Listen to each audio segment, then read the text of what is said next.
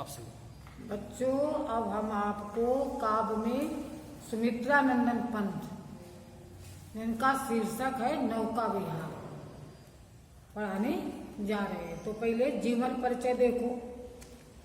कविवर पंत का जन्म हिमालय के सुरम्य प्रदेश कुमांचल के कौसानी ग्राम में सन 1900 ईस्वी में हुआ था। जन्म के कुछ घंटे बाद ही मां का निधन हो जाने के कारण दादी ने इनका लालन पालन किया। 7 वर्ष की आयु में चौथी कक्षा में पढ़ते हुए इन्होंने सर्वप्रथम छंद रचना की। उच्च कक्षा में पढ़ने के लिए जब अल्मोड़ा आए तब अपना नाम गुसाई दत्त से बदलकर सुमित्रा नंदन पंत रखा। जुलाई 1919 ईस्वी में इलाहाबाद आए और म्योर सेंट्रल कॉलेज में प्रवेश लिया, लेकिन 1921 में महात्मा गांधी का आह्वान पर कॉलेज छोड़ दिया और अपने कोमल स्वभाव के कारण सत्याग्रह में सम्मिलित नहीं हुए और साहित्य साधना में संलग्न हुए।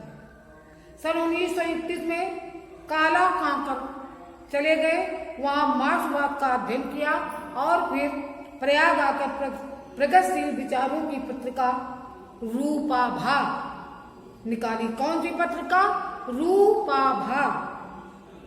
सन 1942 में ईस्वी में भारत छोड़ो आंदोलन से प्रेरित होकर लोकायतन नामक सांस्कृतिक पीठ की योजना बनाई और उसे क्रियान्वित करने के लिए विश्व प्रसिद्ध नर्तक उदय शंकर से संपर्क स्थापित किया।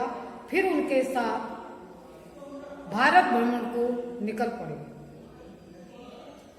इसी भ्रमण में श्री अरविंद से इनका परिचय हुआ और उनके विचारों से विशेष प्रभावित हुए।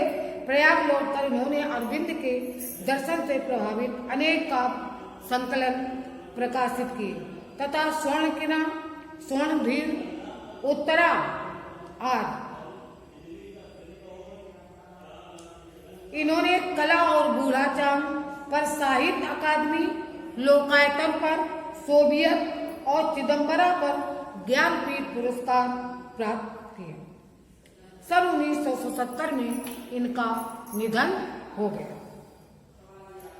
अब आप साहित्यिक परिचय। पंत जी ने सुंदरम के कवि के रूप में अपना साहित्यिक जीवन आरंभ किया था। इनकी प्रारंभिक रचनाओं वीणा, ग्रंथ, पल्लव और गुंजन में हम इन्हें प्रकृति के विभिन्न रूपों का अभिनंदन करते हुए देखते हैं। इनकी सौंदर्य चेतना सर्वप्रथम तो हिमाच्छादित पर्वत श्रृंखलाओं की सुषमा देखकर सजग हुई थी।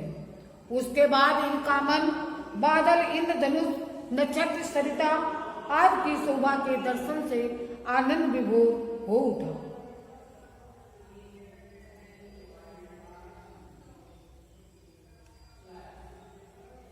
पंत जी की काव्य दृष्टि के विकास में इनके काव्य संकलन पल्लव की रचना परिवर्तन का विशेष महत्व है। पंत जी इस रचना से सुंदरम कवि के रूप में नहीं, इस जगत के जीवन प्रवाह के कठोर यथार्थ के दृष्टा के रूप में प्रकट होते हैं।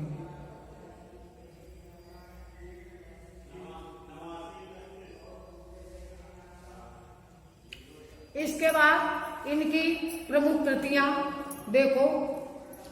वीणा, उच्छ्वास, ग्रंथ, पल्लव, गुंजन, युगाल, युगबाड़ी, ग्राम्या, स्वर्णकिरण, युगांतर, उत्तरा, चिदम्बरा, कला और बूढ़ाचाम, लोकायतन इनका महाकाव्य है। और गीत नाट में ज्योत्सना, रजत शिखर, अतिमा, उपन्यास, हार, कहानी संग्रह, 5 कहानी। इसके बाद इनकी भाषा देखो।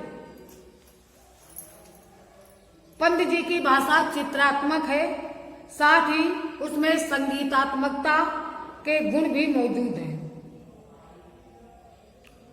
कोमलकांत पदावली से युक्त सहज खरी बोली में पद लालित का गुण विद्यमान है।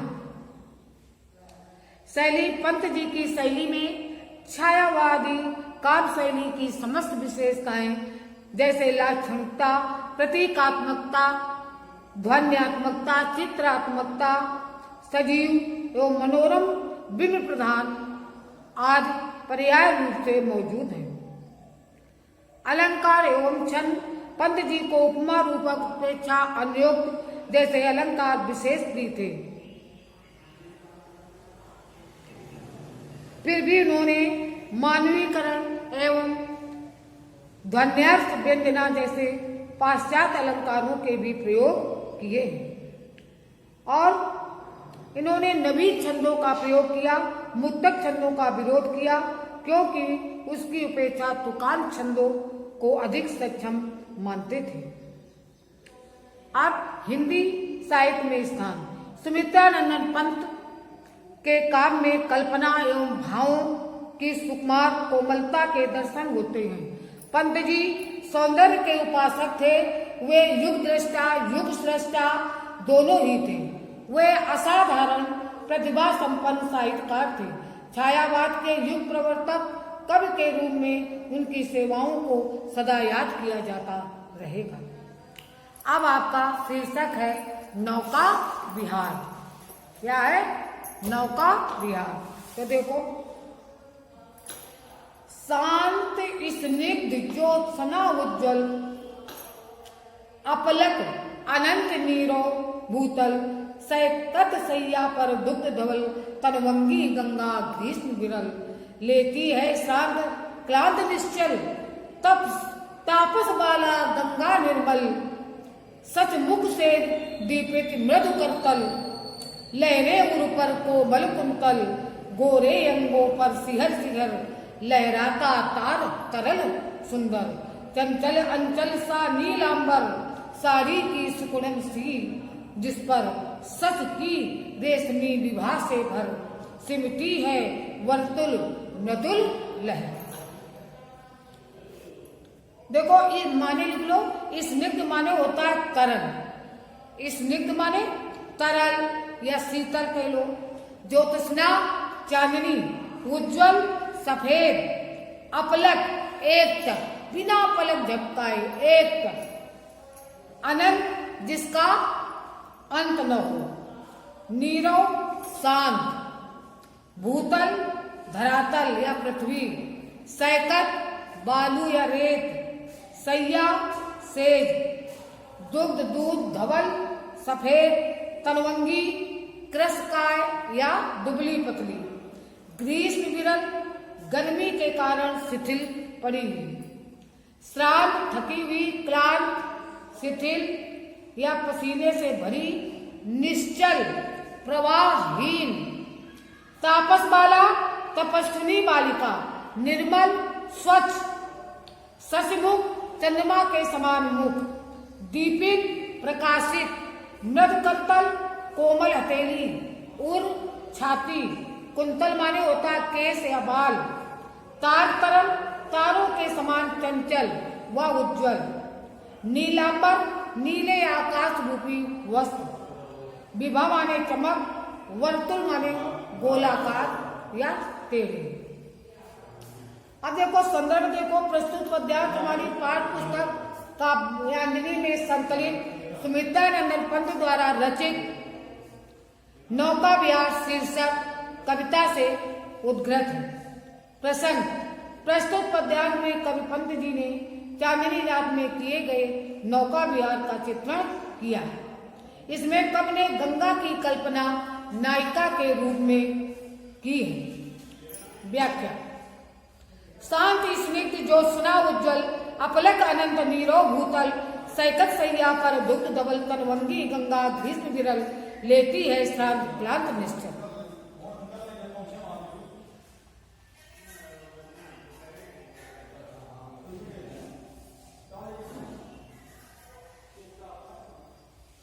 कब कहता है कि चारों ओर शांत तरल एवं उज्जवल चांदनी फैली हुई है, आकाश एक टक बांधे पृथ्वी को देख रहा है, पृथ्वी अत्यधिक शांत एवं शब्द रहित है। ऐसे मनोहर एवं शांत वातावरण में क्षीण धार वाली गंगा बालू के बीच मंद मंद बहती ऐसी प्रतीत हो रही है मानो कोई दुबले पतले शरीर वाली सुंदर युवती दूध जैसी सफेद सैया पर गर्मी से व्याकुल होकर थकी मुरझाई एवं शांत लेटी हुई। गंगा के जल में चंद्रमा का बिंब झलक रहा है, जो ऐसा लग रहा है या ऐसा प्रतीत हो रहा है जैसे गंगा रूपी कोई तपस्वी अपने चंद्र मुख को अपने ही कोमल हाथों पर रखकर लेटी हुई हो और छोटी छोटी लहरें उसके वक्ष स्थल पर ऐसी प्रतीत होती हैं मानो वे लहराते हुए कोमल उसके बाल हैं। तारों भरे आकाश की चंचल परछाई गंगा के जल में जब पड़ती है तो वैसी प्रतीत होती है जैसे मानो गंगा रूपी तपस्विनी बाला के गोरे गोरे अंगों के स्पर्श से बार बार कांपता तारों जड़ा उसका नीला आंचल लहरा रहा हो या आकाश रूपी वस्त्र लहरा रहा हो। उसे आकाश रूपी नीले आंचल पर चंद्रमा की कोमल चांदनी से प्रकाशित छोटी छोटी कोमल टेढ़ी बलखाती लहरें ऐसे प्रतीत होती थी मानो लेटने के कारण उसकी रेशमी साड़ी में सिलवटें पड़ गई।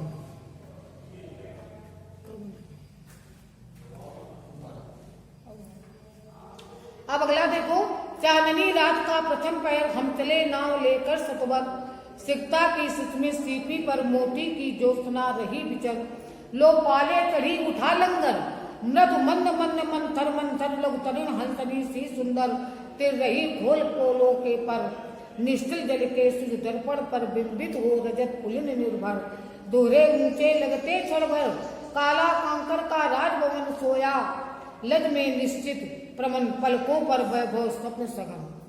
माने देखो, सतोड़ माने शीघ्र, सिकता माने बालू या रेत, सास्मित माने मुस्कुराती हुई, पाल माने नाव का वेग बढ़ाने हेतु उस पर लगाई गई चादर, उसको पाल कहते हैं। लंगर माने नाव को रोके रखने हेतु लोहे का बना भारी कांटा। मृद माने मधुर, मंद मंद माने धीमी धीमी, मंथर माने धीरे धीरे, लघु तरुण माने छोटी नाव, तिर रही माने तैर रही, पर माने पंख, सुच माने स्वच्छ, बिंबित माने प्रत्याशित, रजत पुलिन चांद का चमकता हुआ किनारा, प्रमन माने शांत, वैभव माने ऐश्वर्य, सघन माने प्रचुर। प्रसंग है प्रस्तुत पद्यांश में चांदनी रात में किए जाने वाले नौका विहार का मनोरम चित्रण किया गया है। तब कहता है, पंडित जी कहते हैं कि वही चांदनी रात के प्रथम पहर में नौका विहार करने के लिए एक छोटी सी नाव लेकर तेजी से गंगा में आगे बढ़ जाते हैं। गंगा के तट के सौंदर्य का वर्णन करते हुए कहते हैं कि गंगा का तट ऐसा सुंदर लग रहा है जैसे मानो खुली पड़ी रेतीली सीपी पर चंद्रमा रूपी मोती की चमक यानी चांदनी विचरण कर रही हो। ऐसे सुंदर वातावरण में गंगा में खड़ी नावों की पालें नौका विहार के लिए ऊपर चढ़ गई हैं और उन्होंने अपने लंगर उठा लिए।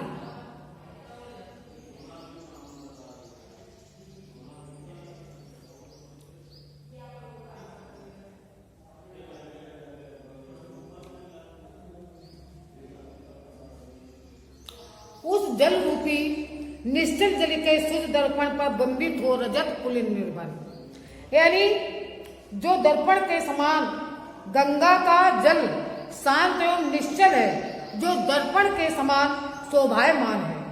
उस जल रूपी स्वच्छ दर्पण में चांदनी में नहाया रेतीला तट प्रतिबिंबित होकर दोगुने परिमाण में प्रकट हो रहा है। गंगा तट पर शोभित काला कांकर के राजभवन का प्रतिबिंब गंगा जल में झलक रहा है। ऐसा लग रहा है जैसे मानो यह राजभवन गंगा जल रूपी सैया पर निश्चिंत होकर सो रहा है और उसकी झुकी पलकों एवं शांत मन में वैभव रूपी स्वप्न तैर रहे हैं।